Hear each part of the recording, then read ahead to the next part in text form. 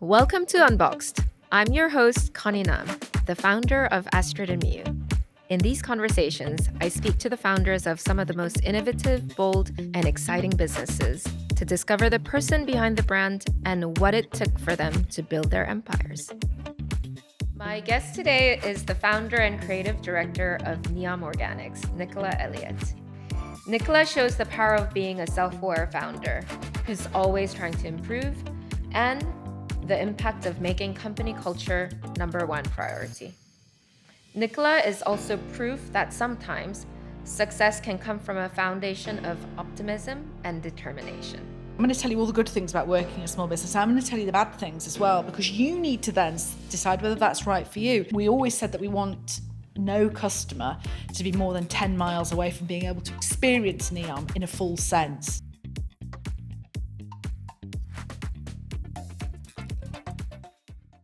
Hi, Nicola. How are you? I am very well, thank you. Oh, welcome to my studio. Thank you for being my guest. I'm loving your studio. I'm loving it. How very Astrid Miyu. It looks beautiful. Is. Yeah, thank you so much. Let's go straight into the questions. So tell me about yourself and NEOM and the whole inspiration. Oh my gosh, well, I could do this story in 30 seconds or 30 minutes. So I'll go for 2 minutes. So obviously NEOM, I'm hoping that you know NEOM is a wellbeing brand. We're actually the number one wellbeing brand in the UK.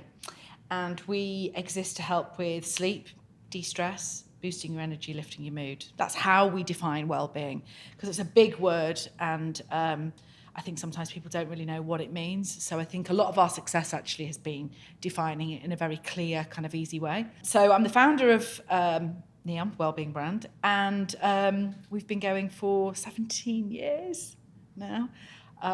We are predominantly in the UK, but we've launched in the US now, so that's my new sort of area of focus. And we have stores, 7 stores. We are also in John Lewis, Selfridges, Harrods, Liberty, department stores, and then we sell a lot online. And we're all about 100% natural fragrances, so candles, bath foams, pillow mists that are really going to kind of boost your well-being in those small moments. Yeah, I love how you're defining them in 4 different pillars, because it's so, like, wellness is such a big word, isn't it? It's such a big word, and I think that is what puts people off probably, and also how it's become sort of something that you think is the domain of very evangelist sort of living women in size 8 yoga pants. Yeah, we normally think about Gwyneth Paltrow and Goop. Exactly. And it's unapproachable for a lot of people. Absolutely. And listen, I'm not anti that. I'd love to be someone who wants to get up, is able to get up at 5 a.m. and do yoga on the beach with a green smoothie. But I'm not. So I think we are very much about sort of democratizing well-being, and it being about something that everyone can get involved in. A bath that's going to work a bit harder, pillow mist that you're going to use on you and partner and children, a candle that isn't just something that smells nice for a dinner party, but is really going to help create a kind of calm zone. And so that's what I've always felt was the bigger mission at NEOM, was to kind of bring those moments of well-being. Yeah, I love the inclusivity in the brand. Yeah, I think that kind of comes naturally from our northern roots, actually, I think. Yeah, so tell me about yourself, Nicola Elliott, not as the founder of NEOM, but as a person. As me. So I was a journalist for 8 years. All I ever wanted to do was work in magazines, and I worked on glossy magazines for 8 brilliant but crazy hectic years. So Glamour, InStyle, Marie Claire, Heat, and I did celebrity journalism, so covers. So I was flying London, New York, LA. It was crazy, and loads of crazy celebrity stories, which I can't tell you on the podcast. We'll tell you some other time. Loads of mad stuff. But life was mad, and I think I was just shoving too much in, and I ended up getting really, really bad anxiety. And as part of having bad anxiety, I remember thinking I just need to look after myself a bit better. There was nothing bad had happened per se. I think life just became too crazy, and sleeping 5 hours a night, and not eating properly, not seeing the sun, and the basics. So I became really interested in well-being again, which wasn't a word at that time. So funny. I mean, what did you call it years. then? Well, Do you know what? We didn't used to use the word well-being as much as we do now, but we used to have lots of, and this is way before I knew kind of that you really need to stick to one slogan to make a brand kind of really resonate with people. We used to say lots of funny things, like in the inside of the boxes. I remember we used to say, be green but always be glamorous, because we were about natural.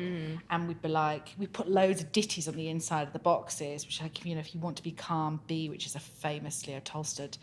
And we hadn't really pulled the story together. So the story was very much about looking after yourself and, you know, using essential oils, which the brand had to be natural to use the essential oils, because we couldn't use synthetic fragrances and still give the wellbeing benefits. It would have smelt nice, but it wouldn't have worked in that way. So it was very much about using these natural, quite complex blends of essential oils to help with these modern malaises. We spoke about treatment candles. When we sold them into spas, I would go in and speak to the receptionist and say, you know, if you have women coming in and they're really stressed out, then when they're leaving, you can sell them one of these candles, and there's sort of 30 calm treatments in the candle. So the story was there, but I suppose we hadn't really sharpened it. Yeah.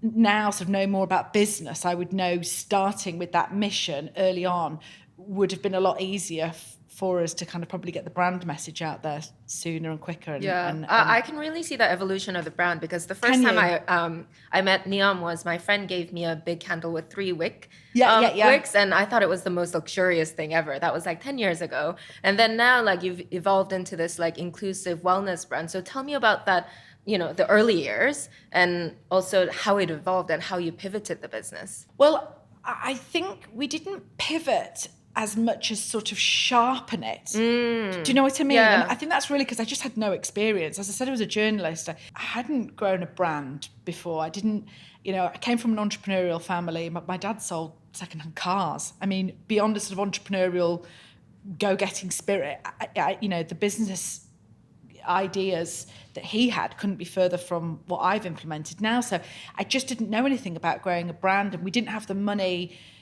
When we launched, we had £15,000, my business partner Oliver and I, which we spent on stock. We didn't have the money to bring in expertise. So we literally just sort of nickel and dimed it and learned as we sort of felt our way. Yeah. How did you do that? Because you got the business to a certain point, right? Multi-millions of pounds of revenue until before you got a private equity come in.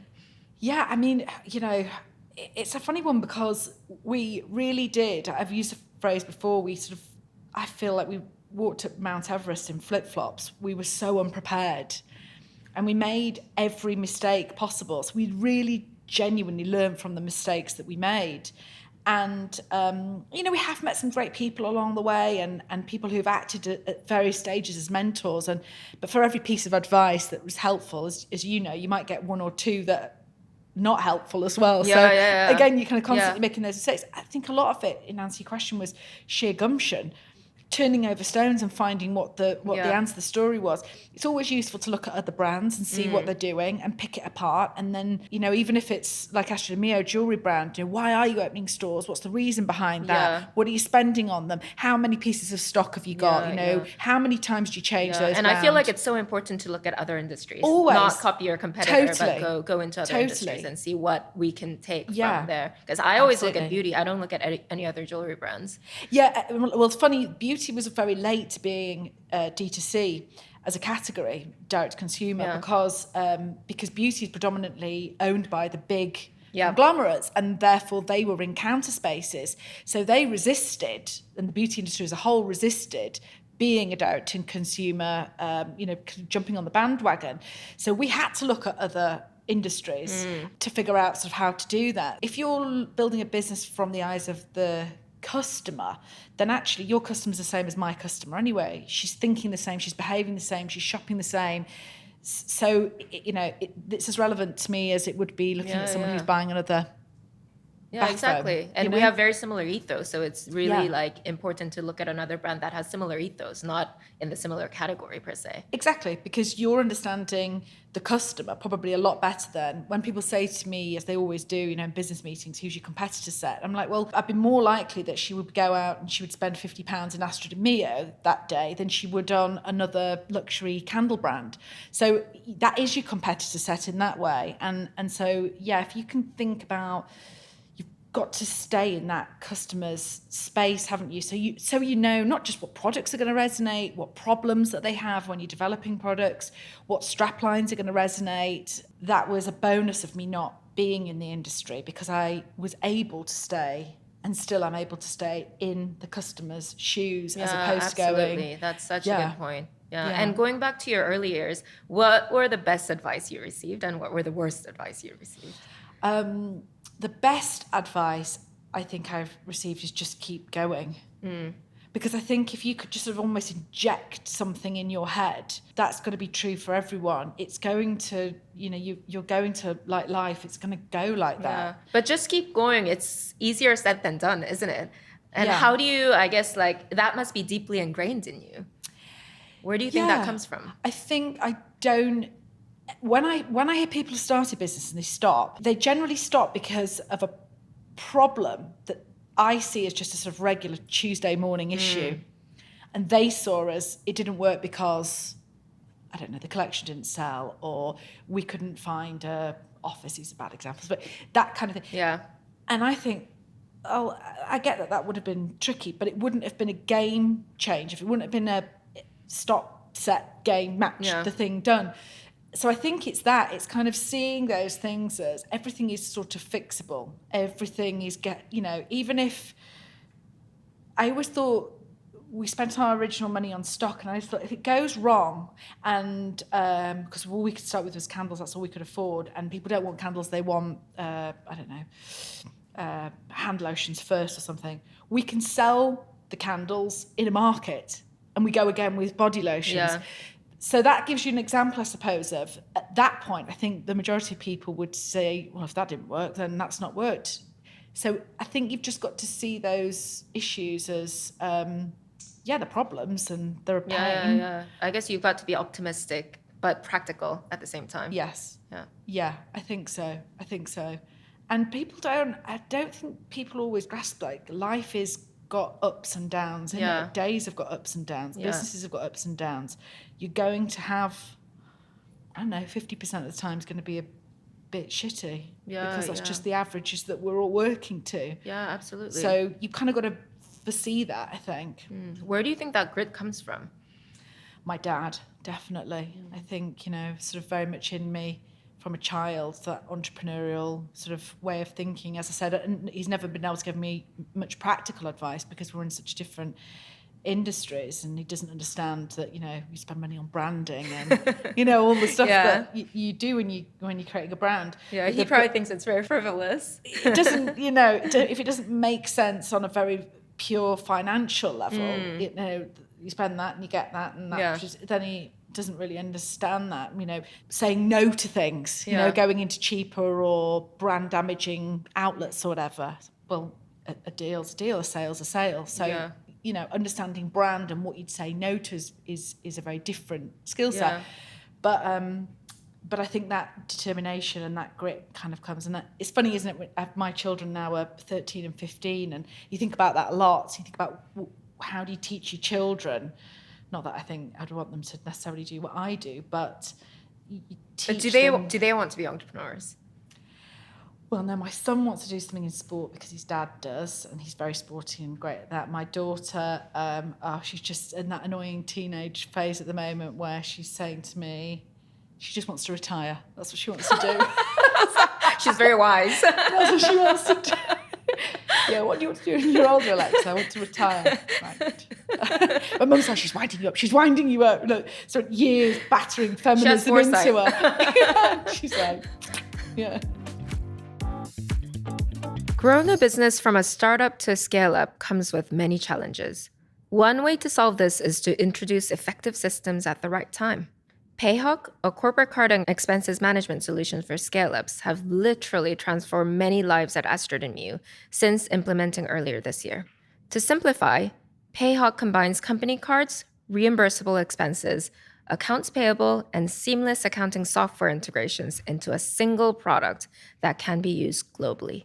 In this episode, Nicola and I are discussing the importance of culture. In order to maintain a strong culture, back end of the business need to run smoothly.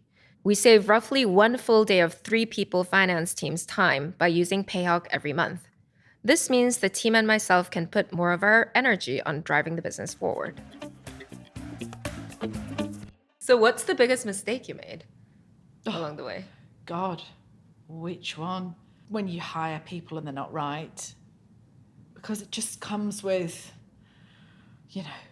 too many levels of pain, doesn't it? Not just financial, but, culturally, and you feel guilty, and, it can come with an opportunity cost in many different directions. And there's times where I've lost a bit of faith in myself. I think being an entrepreneur, the optimism sometimes means that runs to people, I've not gone this far, but not far off, oh, we've got a new marketing director. Great, where's she come from? Well, she's never done marketing before. I've just sort of seen her outside and she said she was interested in marketing. And, she looks like, she's got a great way of seeing things.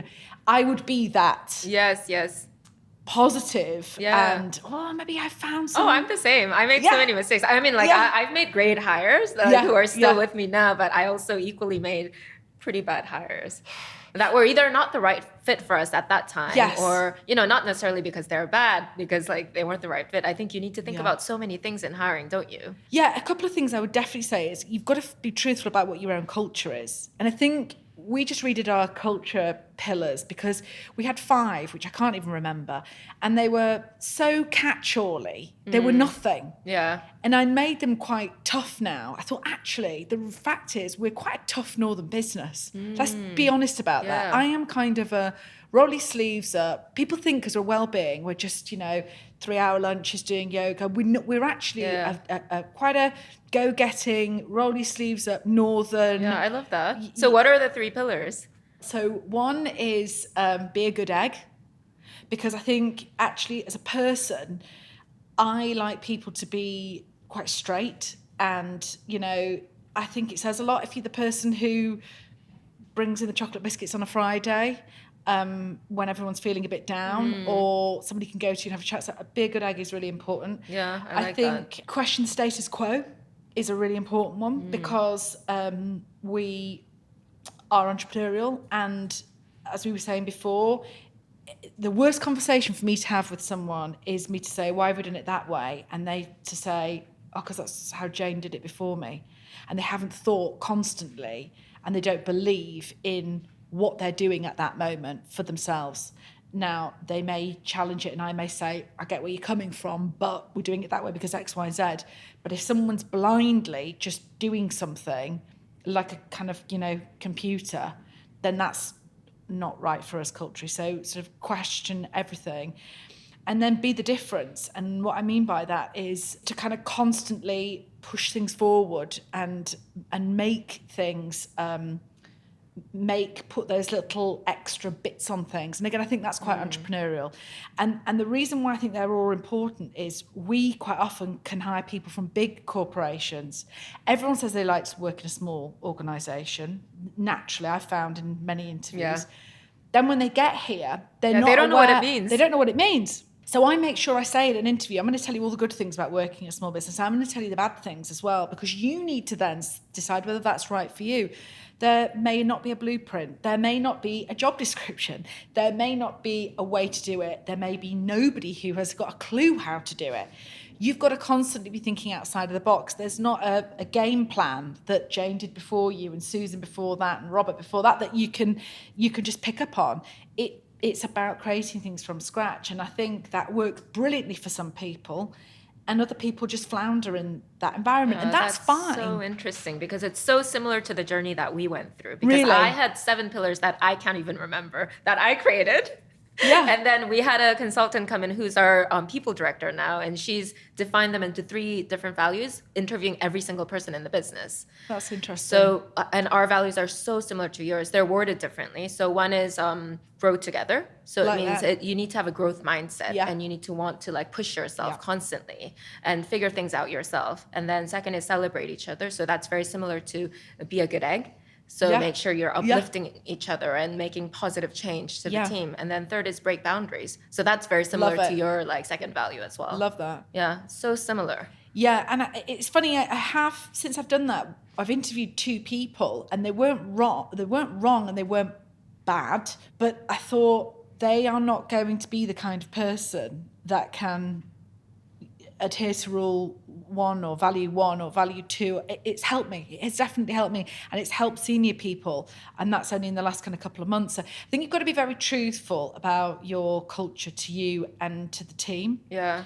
But, getting people the hire's wrong. And the other thing is, I remember somebody saying to me, we don't need to go out for a drink with them on a Friday. This is just people we're working with. And I disagree with that. I think even if they're very different people to you, they've got they love model train ways, and they're, 20 years older or younger or whatever, then you want to be able to want to go for a drink with them because you think they're a good egg. Yeah, you've got to connect with them. Yeah. You've got to want to help them in order to work with them. Exactly. You've got to like each other. So I've been too late learning that, I think.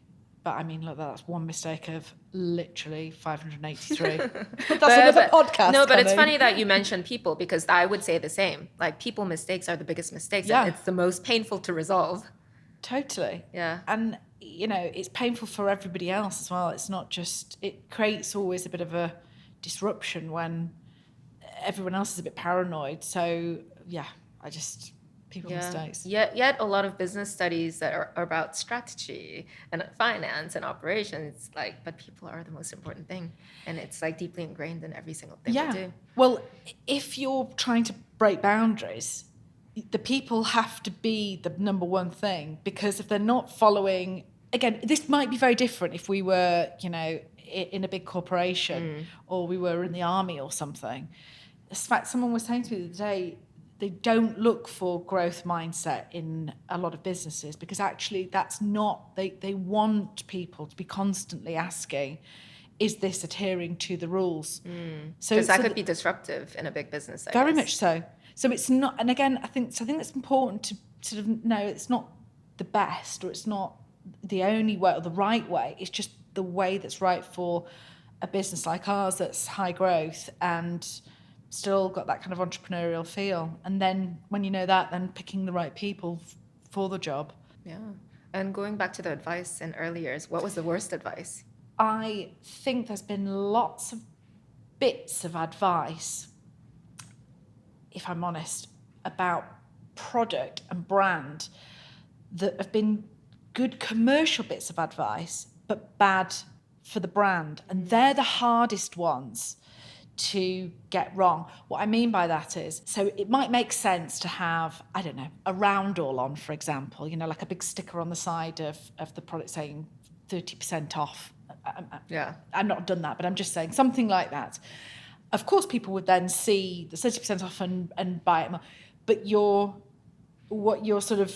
the commercial tick is damaging the brand. And I think that's a very obvious one, but there's lots of subtle bits of commercial kind of things that you can do to make more sales that come at a cost to the brand. And I think making sure that line is very, very clear is a constant sort of battle, because you might have a bad month and you want to put things in sale and you want to therefore make the sale bigger, or you want to, I don't know, cut a product because it doesn't sell that well, but actually it's very important because it's part of telling a story over here. Or you want to get a listing in a supermarket because you could sell a fortune, and I don't know, they want to do some really lovely branding story, which will be great for them, but actually you then being seen in that down market supermarket. And these aren't specific things I've done wrong, but constantly you are, when you're growing a brand, I think, trying to balance those commercial decisions with the brand decisions. And I've absolutely fallen foul of that many times with something that's just gone a bit wrong. a look or a campaign or a listing or a something. And so protecting that brand that's my job, actually. That is my own number one KPI. So I think that's when I've kicked myself a bit and gone, you got it slightly on the wrong side of. So how have you defined your commercial/brand strategy now? Because when I first encountered NEOM, it was you were on Net-a-Porter, you were in a lot of department stores. Now I see you more in your direct-to-consumer channel with your social and website and 7 stores across the country. Yeah, tell me about your strategy there. Well, it's sort of deliberately multi-channel strategy because we need to fundamentally be where the customer is. And then there's guardrails around that, something that, would be too down market, or again, similarly, we are not a high-end luxury. We're sort of more high-end high street. So there's guardrails around what's right from a brand point of view. Direct to consumer is always best because you can tell the story in the fullest way. That's either obviously via your own stores or on your own website. You can tell the story in the fullest way. You can create, for us, regimes. So really important that we always try and sort of craft a inhale, absorb, boost routine for people. So we find out what their wellbeing need is. In the store, that'd be through a scent discovery test.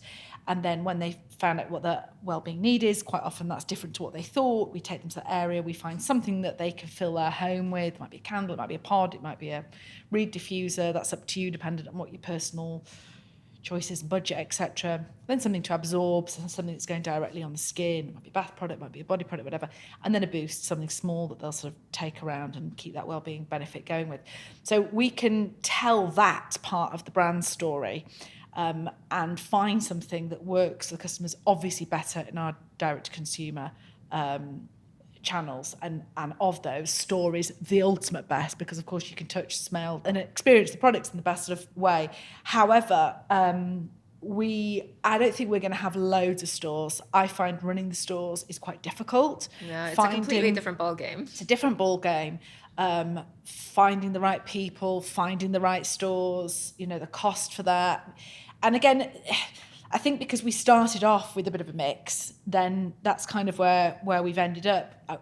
We always said that we want no customer to be more than 10 miles away from being able to experience NEOM in a full sense. So I don't just mean a bit on a shelf, but is there a really great stockist there? And on a map, we sort of made sure that that's all populated. And then the bigger towns have got their own stores. We will open some more stores, but it's about finding exactly where's the right sort of high footfall area with the right kind of brands. Clearly, the high street's gone through a few funny kind of years. So it's finding the right place. So we will open a few more stores. But I think in the UK, the balance is pretty good, actually. Yeah, and the awareness is huge. Everyone knows NEOM. Yeah. Do they? Yeah, I think so. Do you find this is funny? Because do you think, I don't know, I still, do you find with Astrid Miyu, like when you say I own Astrid Miyu or you talk about it in any capacity and people know it, you still go... Yeah, it's so surreal. And when I'm in the tube, I can obviously see the jewelry and it's clearly Astrid Miyu. And I'm like, oh my God, I want to go talk to her. I know. I found the funniest thing was when we were buying a house and I was on Rightmove, and I'd see like a NEOM diffuser in someone's toilet. I was like, I mean, clearly you know how much leaves the warehouse. You know what you're selling, but still when you actually see it. And actually it's funny because you very kindly gave me the pearl, that beautiful pearl necklace and bracelet. Well, my daughter stole it straight away and took it on holiday with her. And then she's texting me back. The only thing that she texted me was how many people she'd met who said, "My mum, they can't believe that my mum knows the lady who owns Astrid Miyu." So I got like major points for the fact that, so, and my mom owns NEOM, right? Oh, no, that's totally irrelevant. In fact, she still says it when it's, the end of school and you've got to take the presents, and she was, "Oh, why do we always have to take a NEOM candle? Can't we take like some chocolates like everyone else? Nobody wants you to take your NEOM in," because she's so embarrassed. You know what I mean? I sort of hear on the down low them sort of, I think she is a bit proud, but she's the most impressive thing at the moment is that I know you. Definitely. Yeah, I know. When people know about the brand, it's still it's still a kind of little boost, because I'm really bad at sort of taking a moment to celebrate or say, well same done here. us. Yeah, because sometimes people are like, oh, like, is it a pinch me moment? Do you sometimes feel like, oh, wow? And I'm like, no, I kind of have my like head buried in the sand. Totally. I'm like, shit, these are the 5 things that are going wrong, and these are the 5 things that we need to do. And also, like, I'm always thinking about like what to do next. Exactly. So I never do that, and I suppose that is a real shame. And I have to be mindful of that for the team, because I think absolutely. they need me to say, well done you know. Yeah. So I try and do that a bit more, because it's not my natural way. I'm just kind of constantly, right, come on. When did you realize that? When did you realize that that's something that you need to do? Do you know, sometimes I've caught myself, like we launched this week magnesium bath milk, and the girls sent round I was on holiday last week, and they sent round the windows, which look amazing. What these giant big milk kind of bottles in the window, and they write round, and then when something lovely happens, they write it to the whole office so we can try and celebrate culturally. And I write back, the decal is too small and nobody can read it, and then I'm like, that's so Party bad pooper. of me. Exactly. But my thing is not to think, yes, of course it's good, but that's wrong. And I still catch myself doing that, and I don't mean anything bad by it, but it's just my natural inclination. It's like almost my job is to look out for all the little things that could be made better. So I catch myself doing that quite a bit, actually, when it comes around. But it's good that you're aware of it, right? Because I think the first time I found out, I think all founders have the same kind of personality traits, right? I do like to stay positive, but sometimes like I'm so like bogged down with the details and the future and everything. I have an executive coach who also coaches my team, and during COVID, she used to also like coach more junior members of the team. And she just said to me during our session, oh, like this person, she was so happy when you said something positive. And like and I think that was her way of subtly telling me that I need to praise people more. Yeah, I think so. I think you don't realize how much of an impact you have on people, the good and the bad. Yeah, because we're thinking, like, I'm thinking, I'm just me. I'm just like little me. I'm very to the point. And generally I'm having a laugh with people, but I'm very straight. And I find that's useful and helpful. And I like that in other people, because it cuts to the, straight to what we need to do, and saves time. So to me, that's kind of almost a love language between us. If you can just tell me it and we can do it. And I'm really thick-skinned like that. So I have to be mindful if I go into a meeting. Sometimes they'll replay back to me. I'll go, oh, remember when you came in and said blah, blah, blah, blah? And I think, no. Just like me going in and going, to be honest, Connie, the chair's not quite right. You need to turn it that way. I wouldn't think anything bad of that. Whereas people can take that a lot. Yeah, because it's also your position, right? Because you have the ultimate power in the company, which you don't really realize. If you do that to your friends, it's fine. But if you do it like in that I've carefully edited my friends to those who can take that. I've got rid of everyone else who can't, because it's too much of a stress.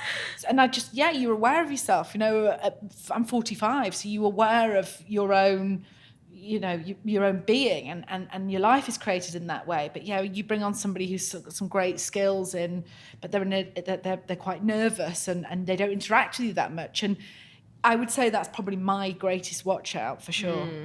Let's go back to the early years, because a lot of our followers and listeners would be early stage founders.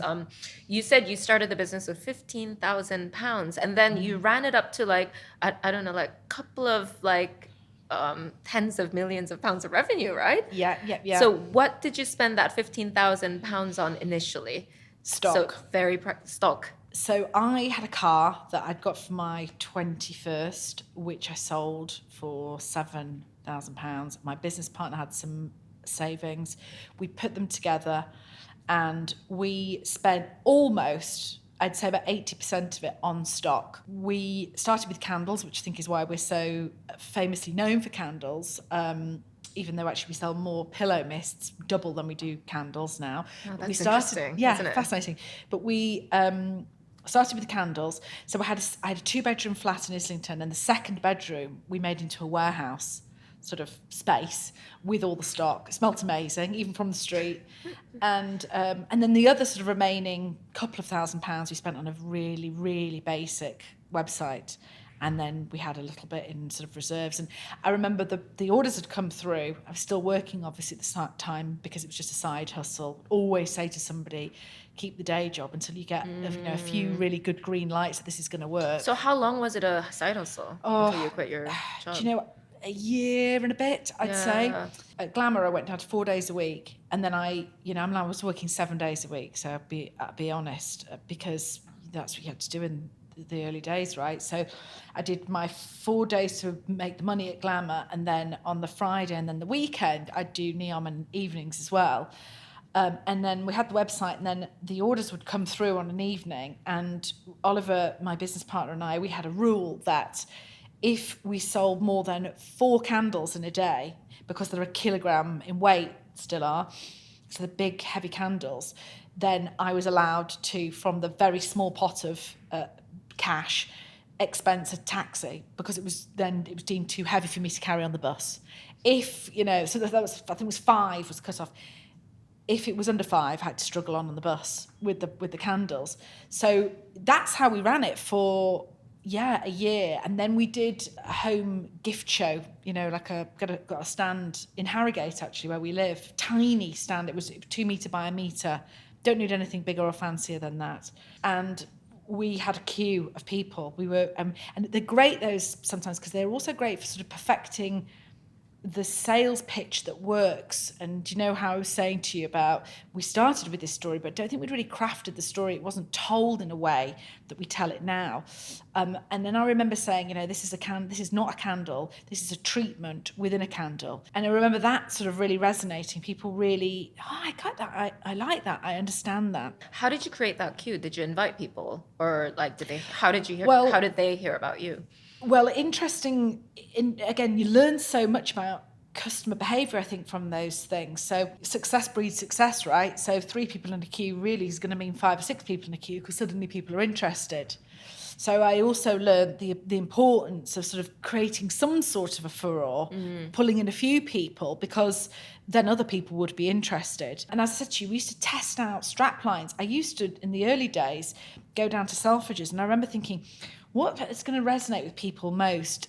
Is it going to be, have you ever smelt organic rose? Is it going to be, this candle is going to help you sleep? Or is it, this is the new luxury candle brand? I can't remember what the exact 3 things were. But you stand there for a day and you test those 3 things, and then you realise no one was interested in statement 1, but they were in statement 2. I mean, you can do a lot of this online now, of course, but you couldn't then. So I learned a lot from those days and that interaction, and which stories were resonating. They were all true. It was just, NEOM's always been a big story, and in a way that's brilliant for us, but in another way it's quite difficult, because I can't get that across in 20 seconds in Selfridges when I'm not there. So we had to sort of test that story and see which bits really were resonating more than other bits. So at the trade show, we learned to do that, and I knew what parts of the brand were the most interesting, and then we could really sort of go to town on explaining those benefits a bit more than others. And then when we had, I think at the end of that gift show, we had sold £20,000 worth of stock over the 3 days. And I felt that was a green light enough. And that was across many different little independent stockists. So again, I also felt that several people had bought into us. So I felt not just the monetary amount, but the amount of people that understood my story and wanted to take us on was enough of a green light for me. And that's huge. Yeah, for an early stage brand. Yeah. And then I just used to, the years where I would drive my Mini and get like a map out. Again, it was a long time ago. But get the map out and go, right, okay, I'm going to do 7 stockist visits in a day, and go and have a cup of tea with this person and this person, re-merchandise the stock and everything. So we've built NEOM up very slowly, brick by brick. People always think, don't they, that the brand's been going less time than what they think. They don't see all of the work that goes behind it. We haven't had any major kind of growth spurts where you go, oh, that was the day we were made, or that was the thing that propelled us. It has been brick by brick by brick, slowly building it. I can see benefits for going various different routes of growing a brand. I wouldn't necessarily say there is one that I totally believe in. I think everything comes at a price. Could have got it a lot bigger, a lot quicker if we'd have took investment early. Wouldn't have owned it all. Could have brought in people who had better skills if I'd took some more money and not had all the problems and the heartache, but then, you know, would have given it away too soon, possibly. So I think the journey comes with pros and cons. You've got to, it's a bit like choosing a husband or a house, isn't it? Yeah, absolutely. What was your thought process in bringing your investor on board? So we got to the stage where I was 38 at the time, and we'd got a few offers to buy it, to sell the business. And I just thought, you know, this is kind of what we've done what we set out to do, and we've got it to bigger than we wanted to, than we'd sort of set out to. But if I sell it, what am I going to do at 38? I know what I'm going to do. I'm going to take the office next door, restart something, and bring all the old people and redo it again. And that's a fine option. But the other option is, if we take this money on, what does the journey look like, and how much fun is it taking it from that size to that size? And again, you know, I could have sort of probably done either. But it has been really good fun, actually, taking it from, you know, the size of which private equity came in to where we are now. I've loved it getting a bit bigger and me not having to be as hands-on. I've loved working with people and having the money to work with people who are better than me. That's been really, really fun and nice. And it's great being able to do all the creative stuff at a brand that's a bigger size and all the other stuff. So again, it was a bit of a, you know, could have tossed the coin either way. Yeah, there's always pros and cons to everything, right? So you've really got to be honest with yourself on what you need and want at a certain point in time. Exactly. Yeah, I don't think there's one right way. Yeah, we did that, and then we've been with Piper for 5 years now. And I'm now at a stage of my life which is kind of, I don't know, let's just sort of see where it goes. You know, clearly private equity do cycles, so there'll be another event. It's really nice to be in a position where I can choose what I want to do. So that's the ultimate luxury for me. And I'm enjoying the job, as I say. There was times in those early days where it was ridiculously stressful. And I didn't really, you know, learning the operations and dealing with manufacturers, and I can't add up, unlike you. I am not good like that. So no, I'm not good either. I've got a really good team. Yeah, it's just, you know, having to learn those skills, even a bit, you know, I'm glad that I don't have to do that anymore. Yeah, it's good to have awareness, right? So you can hire the people, and you can surround yourself with people that are good at them. Yes, exactly. But it's a luxury now to be able to do the things that I want to do, and I feel confident that I'm good at. Oh, that's amazing. So what's on your mind right now? Well, America is big for us, a big focus.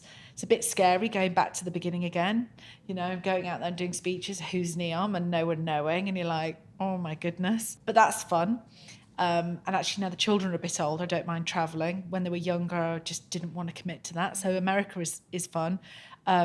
We've got another store opening in October. And then we've just got a senior team who I think are really now, post-pandemic, which has been a bit rocky for everyone, I think, ready to really sort of push it on and just hit those numbers in the next kind of couple of years, UK and abroad. And really sort of, I think, owning our category. We've got so much brilliant product development coming up the next couple of years. I think we really do know exactly who our customer is and what she wants.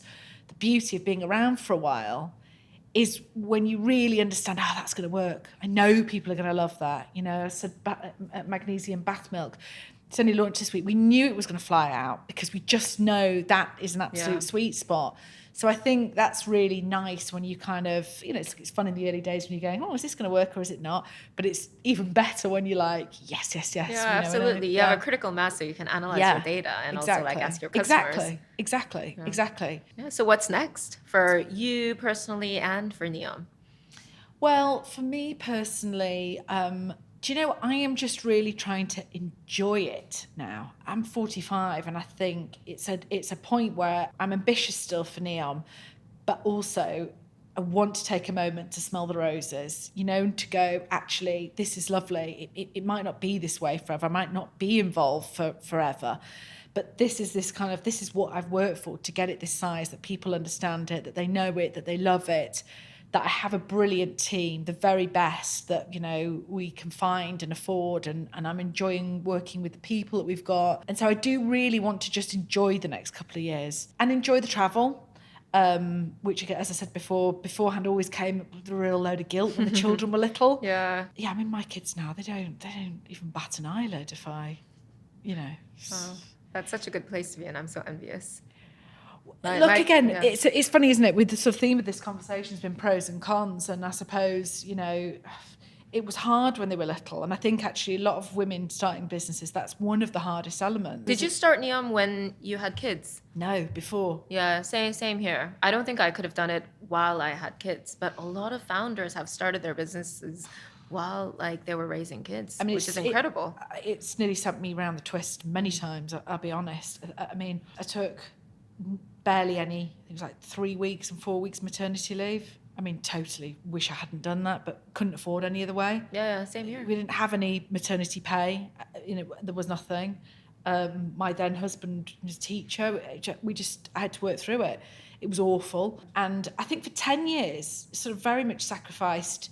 Do you remember that famous Victoria Beckham quote? You can have a career, you can have a family, you can have a social life of your own. You can have but choose 2 of 3, not all 3. Yeah. And I remember in those years being like, yeah, you're right. I mean, I just didn't go out with friends, no girls, nothing unless that. you had unlimited resources, right? Yeah. From the get-go. Totally. So it was incredibly, incredibly hard. So I think I just feel like I've kind of come out of that. Children are a bit older and so that's why I do want to enjoy it a bit more. And having a strong team as well, right? Because you're at a scale now. Yeah, and they're better than me. I'll add bits and pieces, but there's an awful lot that comes through that I'll go, should we this? And they go, and I think we should do X, Y, Z, because sometimes I'm like, oh yeah, brilliant. There's nothing nicer than people being better than you, isn't there? Yeah, I completely agree. Love it. It really frees you. Totally.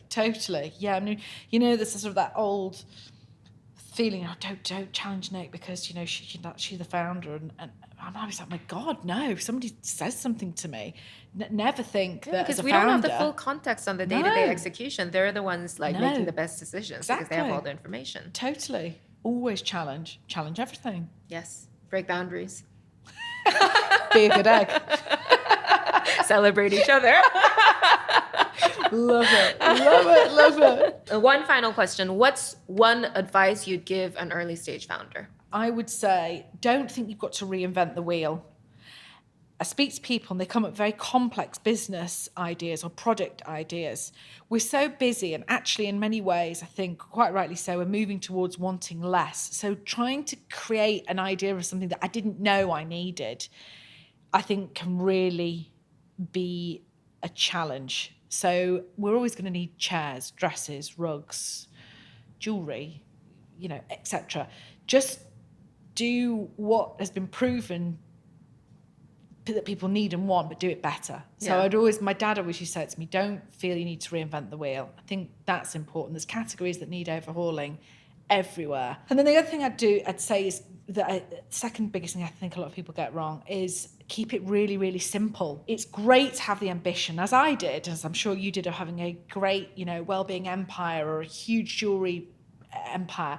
But if you start with a real hero product or story or offering, it's a lot easier, I find, to get that message out there, because you've got to say, people haven't got much time and they're busy and they're not interested. So don't think that they will be. Take your rose glasses off and think, if you have got 3 seconds to say something, it needs to be one brilliant product that people get and understand really, really quickly, rather than a big whole story. And that will then also save you time and get that cut through so much easier. Yeah, I completely agree. Such good advice. Thank you so much, Nicola. That was so inspiring. Thank you. Thank you so much for listening. Don't forget to follow the podcast wherever you're listening or watching. You can follow me at Connie Nam, Astrid Miyu at Astrid Miyu, and Unboxed Instagram page at unboxed_founder confidential. See you next week.